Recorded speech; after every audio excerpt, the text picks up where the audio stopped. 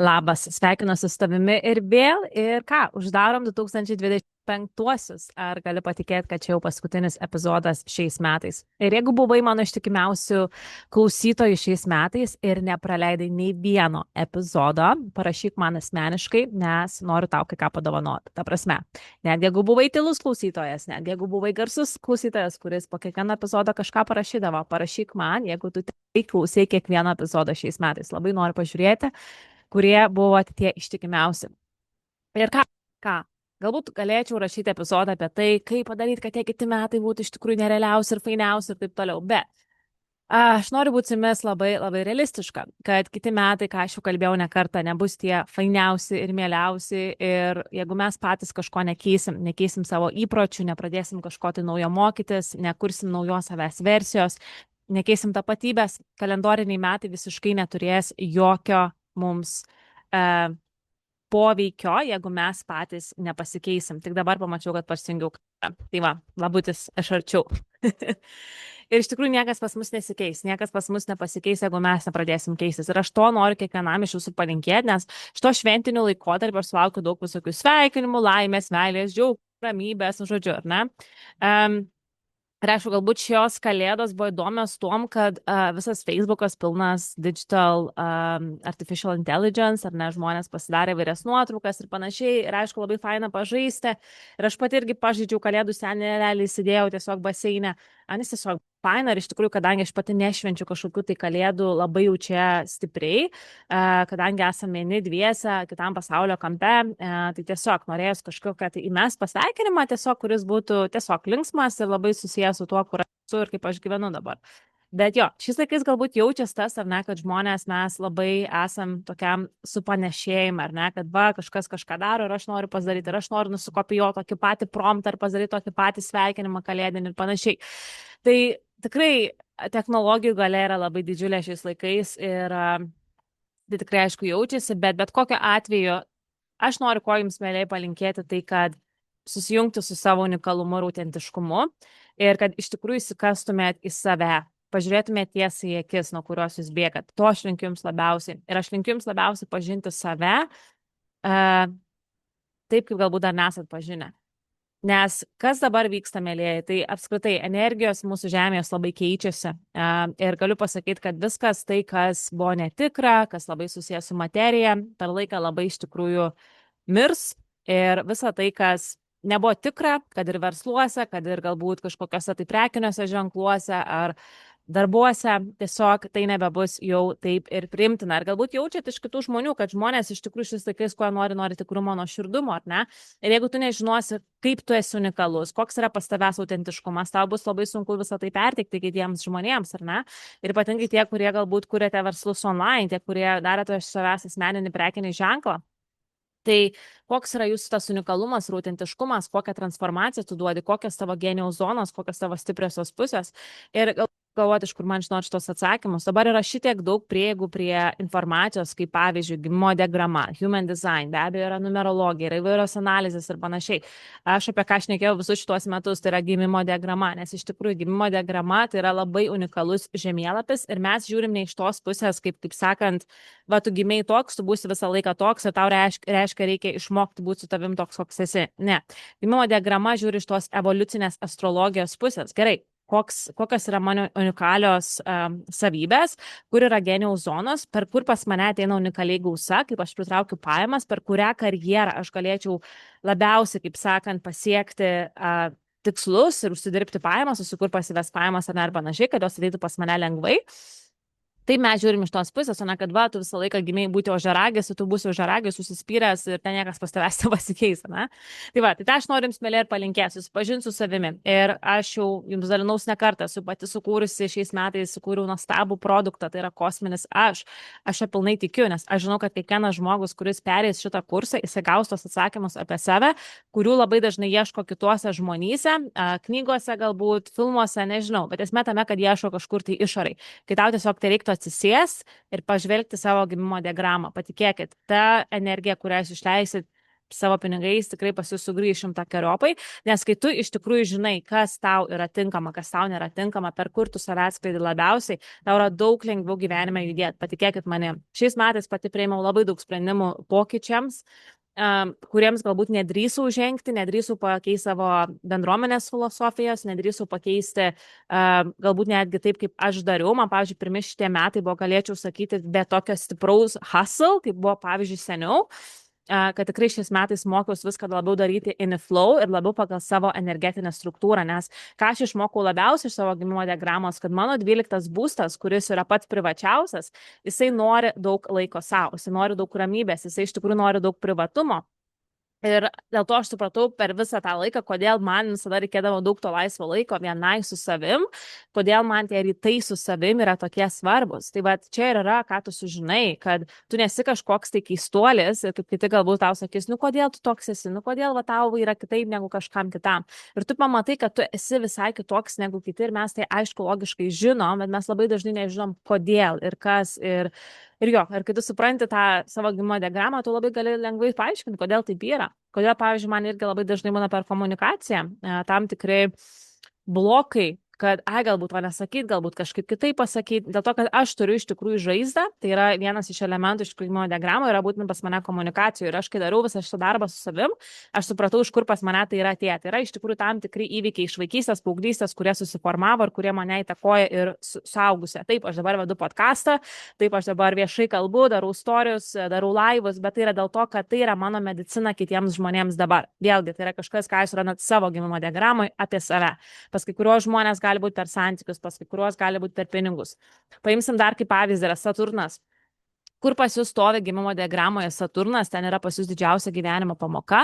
Jūs per visą šitą sritį savo gyvenime tikriausiai gaunate daugiausiai pamokų ir jums labai dažnai galbūt gali atrodyti, nu kodėl man taip pastoviai nesiseka su santykiais, kodėl man pastoviai nesiseka su pinigais, kodėl man nesiseka su tuom ir tuom. Tai va, tikriausiai pas jumis tenais kažkur ir stovi Saturnas, nes jisai ateina kaip tas tėvas duoti jums pamoką, kad jūs išmoktumėt pamoką ir tada jūs atrakinate savo Uraną ir savo Neptūną ir, kaip sakant, galite savo autentiškumą pareikšti kitiems žmonėms. Žinau, kad kai kuriems dabar čia skamba kosmiškai, ne, bet tiesiog kosminėme aš yra ta informacija ir jūs galite paimti patys labai paprasta kalba, peržiūrėti video su darbo knygelėmis ir Astro gidas yra sukurtas ir iki gruodžio 31, jeigu klausai šį podcast'o epizodą, įves kodą naujas 2026 ir gausi 50% nuolaidą. Niekam nesakai gerai, tik tai tu čia girdi.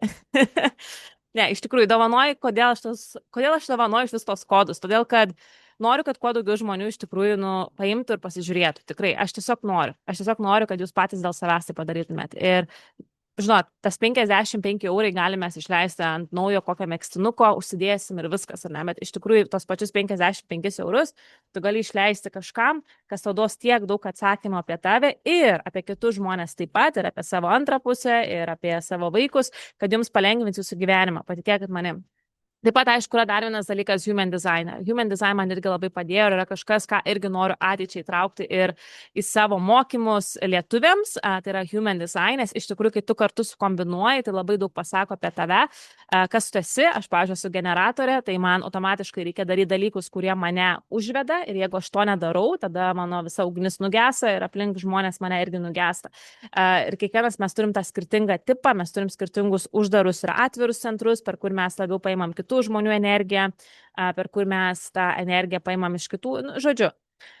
Wow, žinokit, yra labai daug įrankių šiais laikais, su kuriais jūs galite žinoti savo unikalumą ir autentiškumą. Ir aš pasakysiu taip, jeigu jūs neplanuojate to daryti kitais metais, tai anksčiau ar vėliau vis tiek reikės tai padaryti, nes dabar labai stipriai keičiasi mūsų energijos žemėje ir apskritai sąmoningumas iš tikrųjų kyla, labai aiškiai kyla.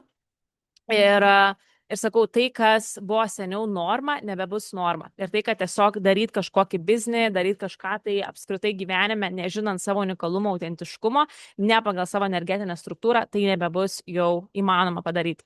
Ir aš, žinokit, pati tai pajaučiau prieš gerus porą metų, kai iš tikrųjų, būdama tinklinėme marketinge, dariau tą strategiją, dalinausi kitiems žmonėms tą strategiją, tikėjausi, kad ir jie darys, ir jiem veiks, ir iš tikrųjų veikia, bet labiausiai galiu pasakyti, veikia mano generatoriaus energija, nes aš buvau iš tikrųjų excited.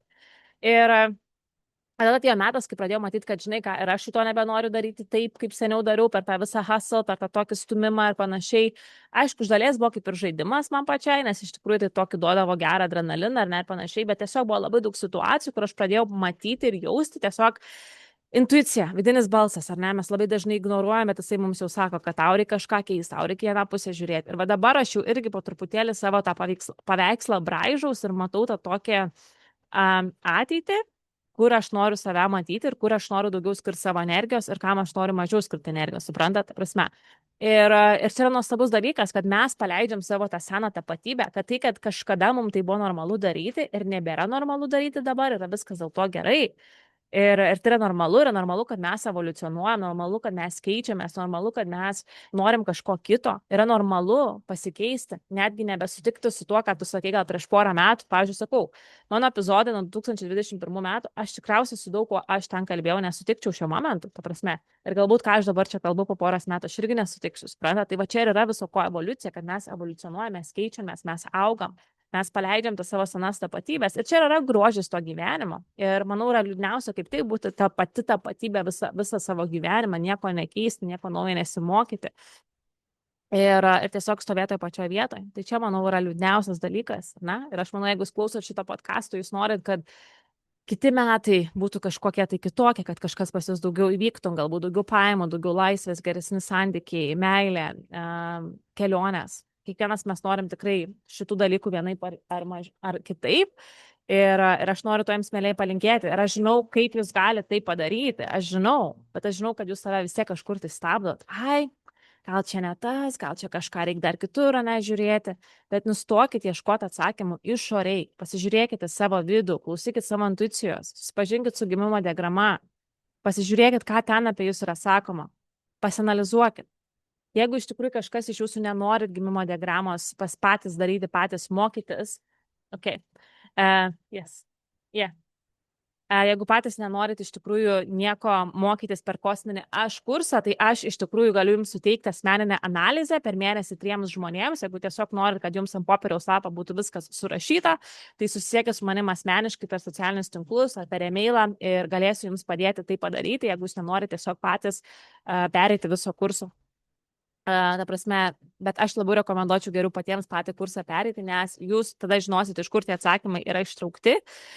Nes nežinau, ar jums dažnai nebūna, jeigu pasidaro kokią nors analizę ir jūs galvojate, iš kur čia iš viso tie atsakymai, ne, ta prasme. Tai va, tai būtent jūs per kosminę aš ir suprasit, iš kur tie atsakymai, kad čia nėra iš piršto laužti, jūs patys žinosit, kur tos atsakymus rasti su logišku paaiškinimu ir tai jums padės labai stipriai ir apie kitus žmonės taipogi. 26 metais, jeigu jūs norit iš tikrųjų laimėti, ir jaustis visų pirma gerai iš vidaus, ne tik turėti išorinę sėkmę, nes kas iš tų pinigų, jeigu tu pats nesijauti viduj gerai, unikalumas ir autentiškumas, įsikasimas visą tai, padės jums visą tai patirti. Patikėkit manim, aš žinau savo aplinkoje žmonių, kurie turi pinigų, uždirba tikrai gerai, bet jie visiškai nėra, kaip pasakyti, fulfilled viduje ir jie tikrai nėra laimingi. Ir žinau žmonių, kurie lygiai taip pat uždirba daug pinigų, bet jie grinai viską daro pagal tai, kas jiems yra energetiškai tinkama. Skirtumas tarp 2 žmonių yra visiškai skirtingas.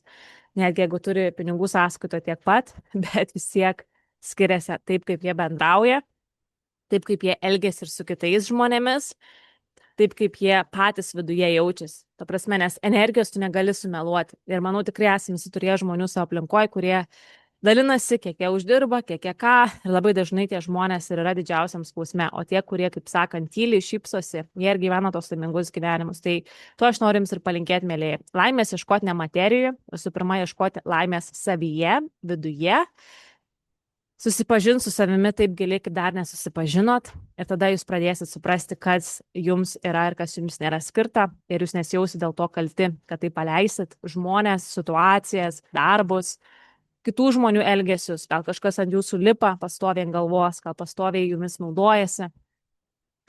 Ir jūs tiesiog jausit didesnę vertę priimti tos sprendimus, kurie iš tikrųjų darys jūsų kitus metus kitokius, sukurs iš jūsų visai kitokią tapatybę. Ir aš nuoširdžiai to jums, mėlyje, linkiu. Tad kosminis aš yra tas kursas, kuris gali jums padėti sužinoti apie save per gimimo diagramą. Na ir taip pat vidinio rato narystė yra tiems rimtiems žmonėms, kurie iš tikrųjų nori pakeisti savo gyvenimą. Ir aš tenais pasidalinau specialiu seminaru, kaip pasiruošti 2026 metams. Kalbėjau labai daug apie naujos tapatybės kūrimą per kvantinį lauką, kaip tai daryti. Taip pat pasidalinau ir nervinės sistemos praktikom ir pasidalinau specialią meditaciją, kuri jums padės susijungti su savimi giliai. Ir visą tai rasite vidinio rato narystai, o visą sausį mes fokusuosimės į pinigų energetiką, į tai, kaip pritraukti daugiau gausos, darant mažiau ir taip pat pagal savo energetinę struktūrą. Tai jeigu jums yra aktualu visos šitos temos, prisijunk ir tu, vos tik už 20,22 €. Ir ačiū, kad buvai su manim šiais metais. Ačiū tau, nes be tavęs nebūtų šio podcasto, nebūtų šių epizodų ir esu tau dėkinga iš visos širdies ir noriu savimi ir toliau eiti per šią nuostabią kelionę ir padėti tau atrasti tos atsakymus, kurių tu ieškai. Tai jeigu nori su manimi susijungti per socialinius tinklus, gali rasti mane Facebook'e, Agnė Der, Instagram'e, pakeisk savo gyvenimą ir TikTok'e pakeisk savo gyvenimą. Gerų jums naujų metų ir susitiksim tais kitais metais.